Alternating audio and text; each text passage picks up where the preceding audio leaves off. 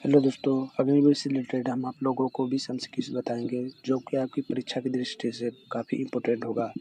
तो आप इस वीडियो के लास्ट तक बने रहिए, हम आपको 20 इम्पोर्टेंट एमसीक्यूज आप लोगों को बता देंगे।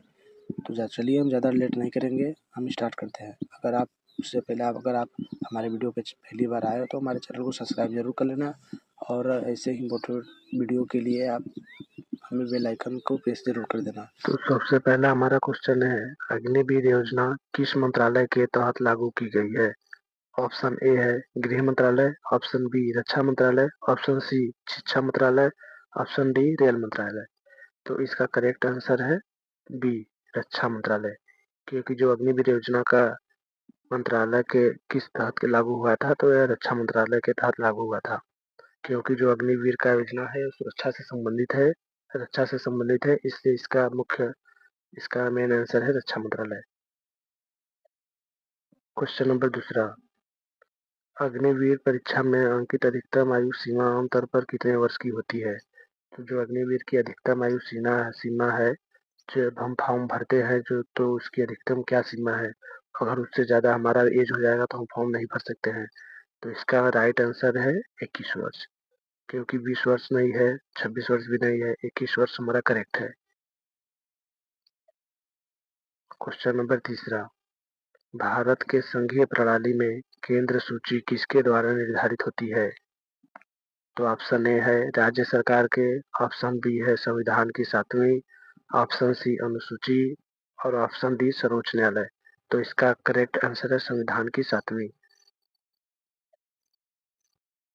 और क्वेश्चन नंबर चौथा है, राष्ट्रीय ध्वज दिवस भारत में किस तिथि को मनाया जाता है?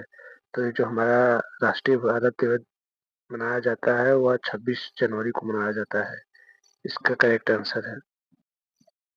और क्वेश्चन नंबर 5 है, भारत के संविधान में मौलिक कर्तव्यों की कुल संख्या कितनी है? जो भारत के संविधान में मौलिक संख्याएं कुल 11 है। और क्वेश्चन नंबर 6, भारत की थल सेना का मुख्यालय कहाँ स्थित है? जो भारत की थल सेना का मुख्यालय कहाँ स्थित है? ऑप्शन ए है कोलकाता, ऑप्शन बी है चेन्नई, ऑप्शन सी है नई दिल्ली, और ऑप्शन डी है महाराष्ट्र। तो इसका करेक्ट आंसर हो जाएगा नई दिल्ली, क्योंकि इसका मुख्यालय दिल्ली में स्थित है। Question number 7, wizard of hockey किस खिलाड़ी के लिए प्रसिद्ध उपनाम है? तो इसका करेक्ट आंसर हो जाएगा ध्यानचंद। क्वेश्चन नंबर 8, भारत की स्वतंत्रता संग्राम का नेतृत्व किस देश के विरुद्ध किया गया था? ऑप्शन ए है पुर्तगाल, ऑप्शन बी है फ्रांस, और ऑप्शन सी है ब्रिटेन, और ऑप्शन डी है डच। तो इसका करेक्ट आंसर हो जाएगा option C, Britain. Question number 9, निम्न में से कौन सा भारत का राष्ट्रीय खेल है?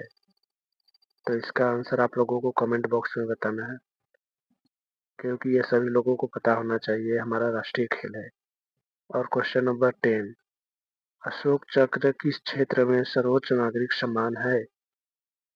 पहला विज्ञान और तकनीकी, दूसरा साहित्य, तीसरा शौर्य और साहस, चौथा शिक्षा। तो इसका हमारा करेक्ट आंसर हो जाएगा शौर्य और साहस। क्वेश्चन नंबर 11, भारत की संसद कितने सदन में है?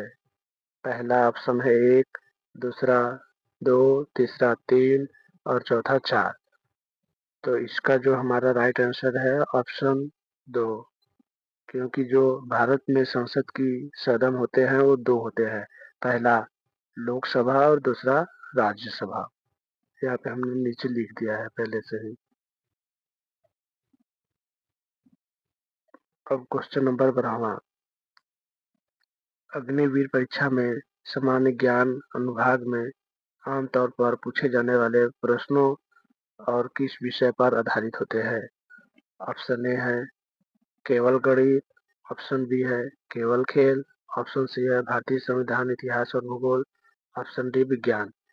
यह बहुत महत्वपूर्ण क्वेश्चन है अग्निवीर से रिलेटेड, ये परीक्षा में अवश्य पूछ सकता है। तो आज का राइट आंसर है हमारा ऑप्शन नंबर सी, भारतीय संविधान इतिहास और भूगोल के अनुसार जो हमारा क्वेश्चन पूछा जाता है, इस क्वेश्चन को याद रखना, यह बहुत ही इम्पोर्टेंट है।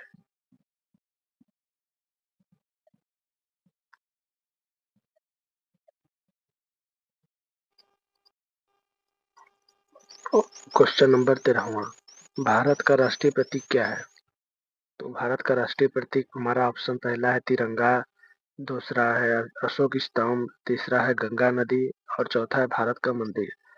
तो भारत का राष्ट्रीय प्रतीक तो सभी लोगों को पता होगा, अशोक स्तंभ एवं शीर्ष। क्वेश्चन नंबर 14वां, संविधान द्वारा प्रदत्त मौलिक कर्तव्यों में शामिल है। ऑप्शन ए राष्ट्रीय ध्वज का सम्मान करना, ऑप्शन बी अपने धर्म का पालन करना, ऑप्शन सी गांव का चयन करना और ऑप्शन डी गुरु को मानना।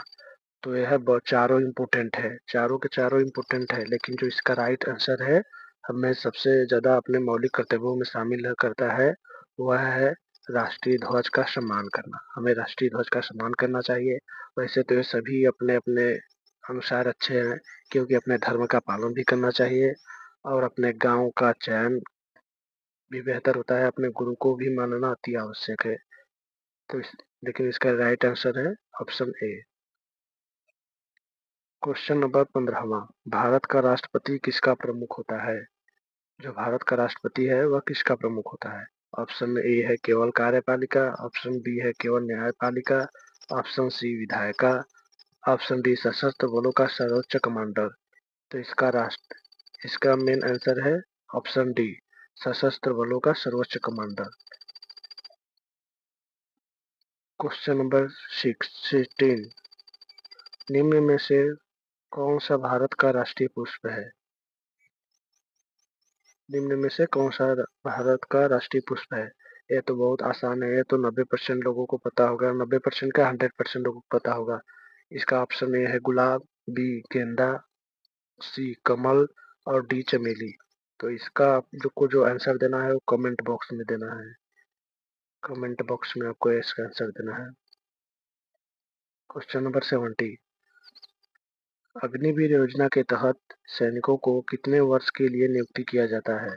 जो अग्निवीर का जो योजना है वो आपको कितने वर्ष के लिए आपको नियुक्ति पर रखेंगे?